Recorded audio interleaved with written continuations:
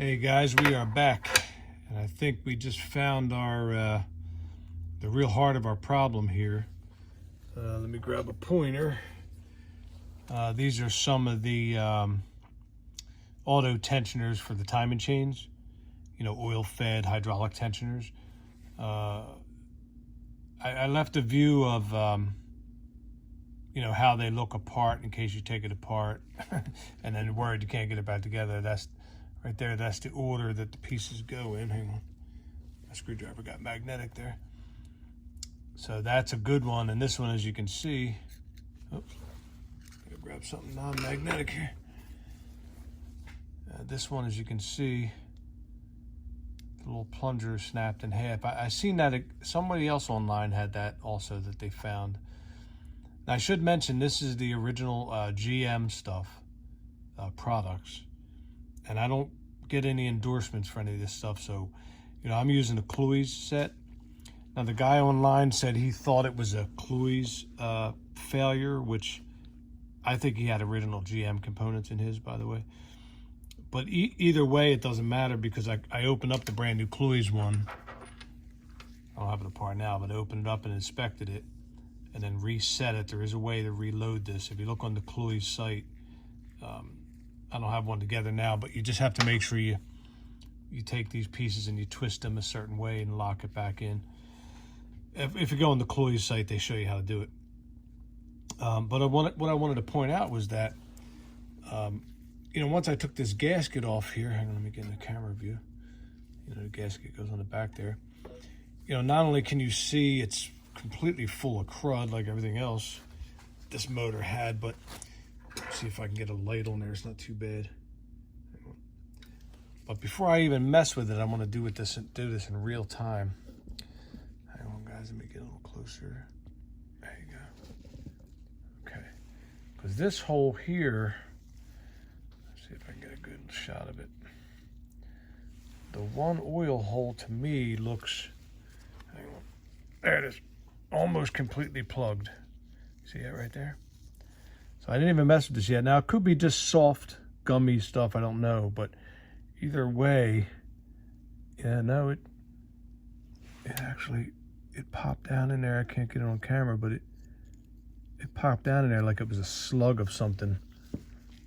If I can get it out, I will, I'll show you guys. But, you know, obviously these things relying on oil pressure, and that hole was plugged, or at least mostly plugged. You know, I don't know. Was it an oil pressure thing first, and then movement caused this right here to crack? Or did this just crack? You know, I don't know. But I thought taking it apart, before we ever took it apart, I was kind of feeling on those tensioners, and this particular one felt, you know, compromised in some way. So just keep that in mind. I wouldn't reuse your tensioners, but even if you had any intention on doing so, I would inspect them very closely. But I thought maybe if you saw the breakdown of, you know, if you take one apart and you lose your way, you know, I just left it apart so you can see the order in which these things went in. Hang on. You know, that one goes on that side of the spring. This little plunger goes on that side of the spring. Then goes into the bottom of that piece like so. And I don't know if I'm going to be able to do this on camera because it takes a little bit of effort, a little bit of strength. Oh, sorry, my bad. Actually, it goes in this way. Yeah, a little butterfly shape goes down. And if you look closely, there is a pin in that. You see the pin inside the tube? So that pin is in relationship to, or did I mess this up? Hang on. I think I might have done it backwards, my bad. Hang on. See that, guy? I don't want to get overconfident. Oh, wait. I think that's the way it was. Let's see here. No. There you go. Yeah, because the pin, hang on there, you can almost see it on the outside. See the pin? The pin is going to go along this channel here, but you got to get it all the way up to this notch right here. before it's actually locked in. Now, it takes a little bit of effort, so I don't know if I'm going to be able to do it without coming off the camera view, because you got to spin it all the way around. There it goes. Almost there. Nope. I mean, on the Chloe site, the guy does it with his thumb, man. He must be really strong. That's all I can say. There you go. Nope, didn't get it.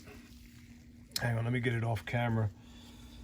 Then I'll come back and show you it loaded. There you go. Okay. Whew. That guy must have been strong. The guy on camera just pushes that thing in with his thumb like that. But so that's the piece, you know, kind of loaded down and ready to go. And then it goes inside. And then they, you know, push it in a little bit deeper and put that pin in to hold it in. Once you push it, it's going to kind of get ready to unload again. But in case anybody has to take one of them apart, or look at it, or you forgot how it went together, at least you have that information. All right, guys, just want to show you what I found so far. So, you know, more than likely this is the root of our problem. I'm going to look at those oil passageways in the head and everything really closely and make sure they're getting good oil flow. Because, you know, once this thing lost its tension, my guess is it jumped a couple teeth, because the chains weren't broken. They jumped some teeth and got all out of time, and then the pistons hit the intake valves, and well, you know what it looks like from there. All right, guys. Catch you next time.